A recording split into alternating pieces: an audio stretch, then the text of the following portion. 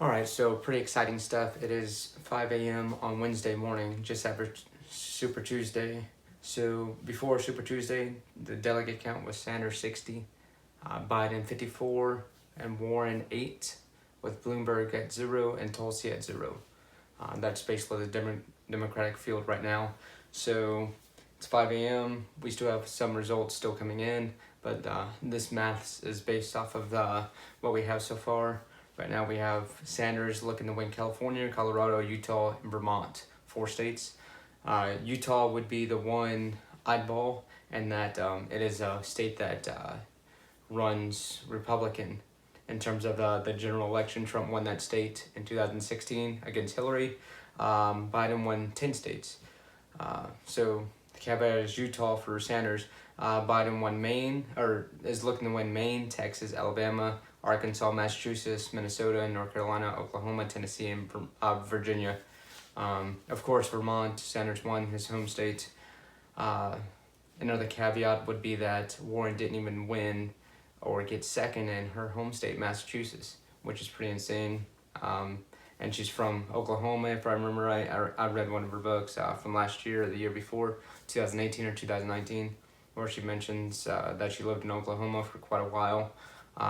She didn't even win that state or get second in that state. So basically, Sanders and Biden, between those two, they came in first and second for all states.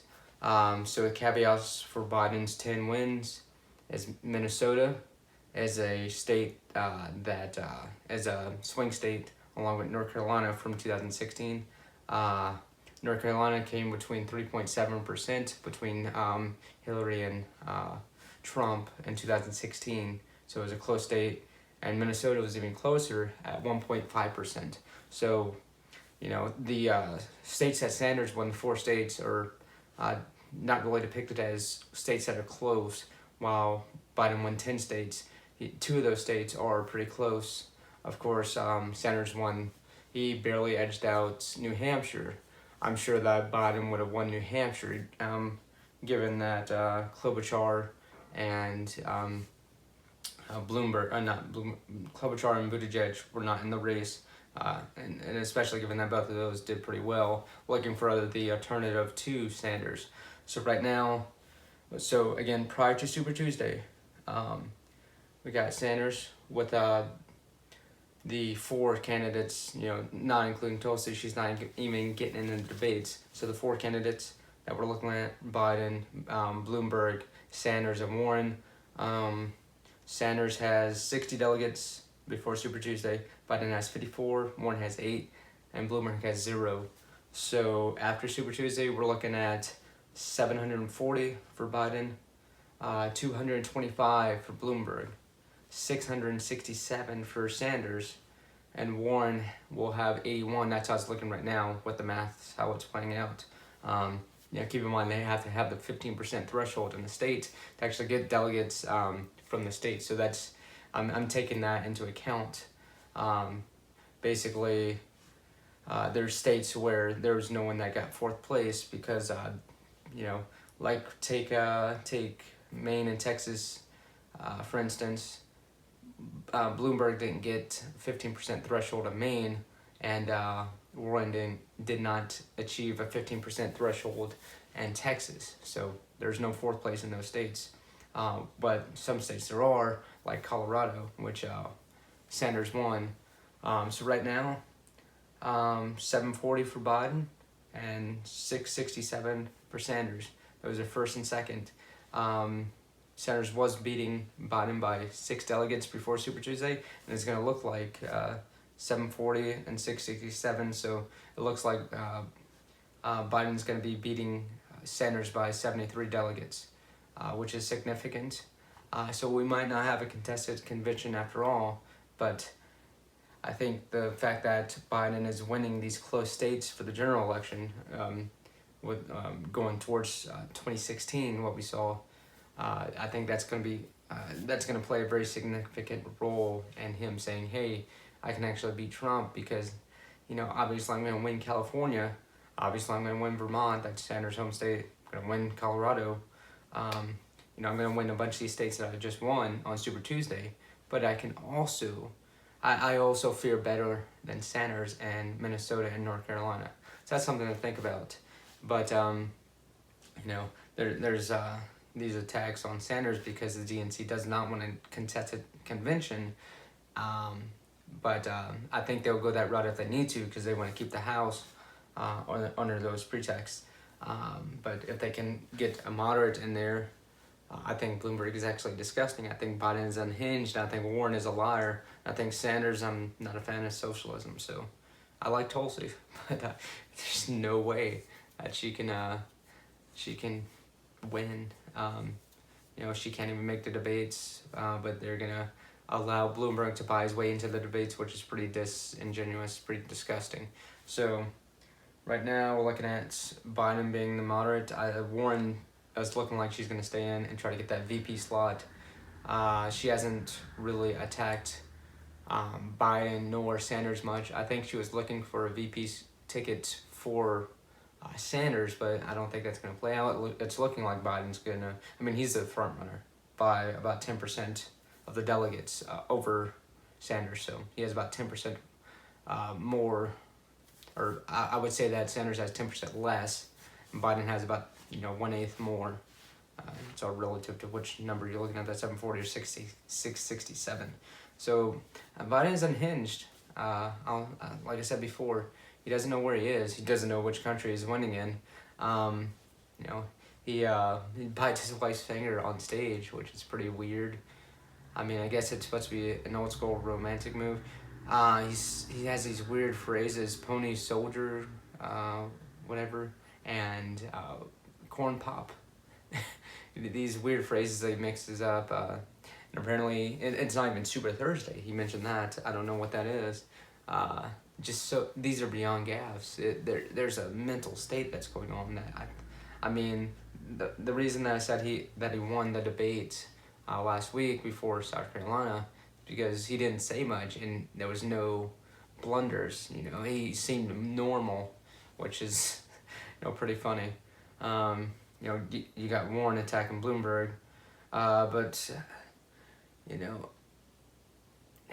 right now we got Hunter Biden is looking like he's going to be in an investigation by the Senate. So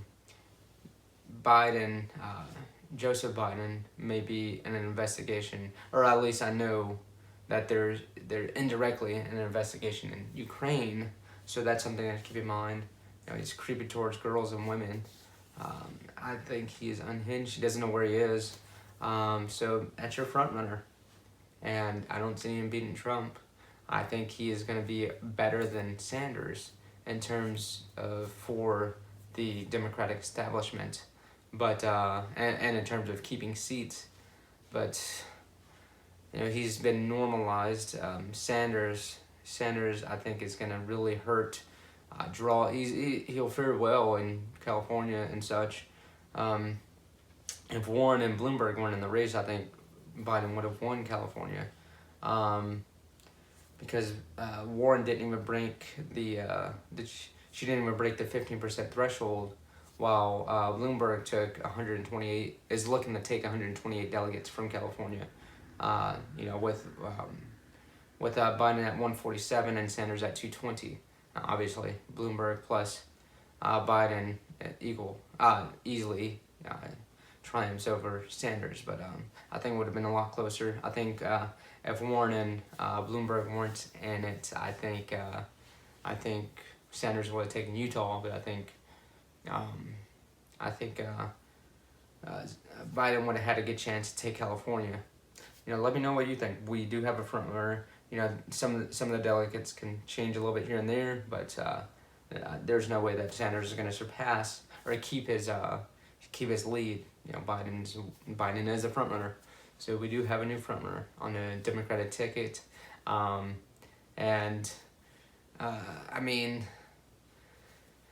so Trump has defended Sanders and quite frequently. So that's something to think about. But I just think, Trump is gonna have a field day with Biden. It's gonna be very entertaining. I watch all the debates and I'm just anticipating It's looking, unless it's a contested convention. Right now, I thought it may be, but with Sanders and Biden getting first and second for every state on Super Tuesday, it's looking like it's not going to be a contested convention. It's going to be one of those two, in my opinion. If it was contested, they can give it to Warren, Bloomberg, or throw someone else in the bus. Bring Buttigieg back, or throw Hillary Clinton in there. But right now, I'm really thinking it's going to be either Biden or Sanders. So let me know what you think, and we'll see how this plays out. But a lot of these states are at 100% or 90+%, so these numbers are going to figure very accurate. So let's see how it plays out. A lot of people are saying that Warren needs to drop out. She said that she is not dropping out before the convention. Bloomberg has thrown over $500 million of his own money into the campaign, which is pretty disgusting. I mean, in a way, I do see the argument for money does equal speech, but another way, someone can basically join a ticket, and you're only limited to give a certain amount of money to a candidate. But if you want to join a race, you can give as much money to your own campaign to prop up another candidate who might not even be on your side. Like, for instance, let's say candidate X joins a race, has $30 billion. They join the race on the Democratic side, but they spend 10 of those billions of dollars propping up another candidate as their official ads for their campaign. There's nothing illegal about that as far as I know. I'm candidate X, I approve this message, which props up another candidate. Instead of being capped at a few $1,000s to give to a campaign, you can give billions of dollars to join the race.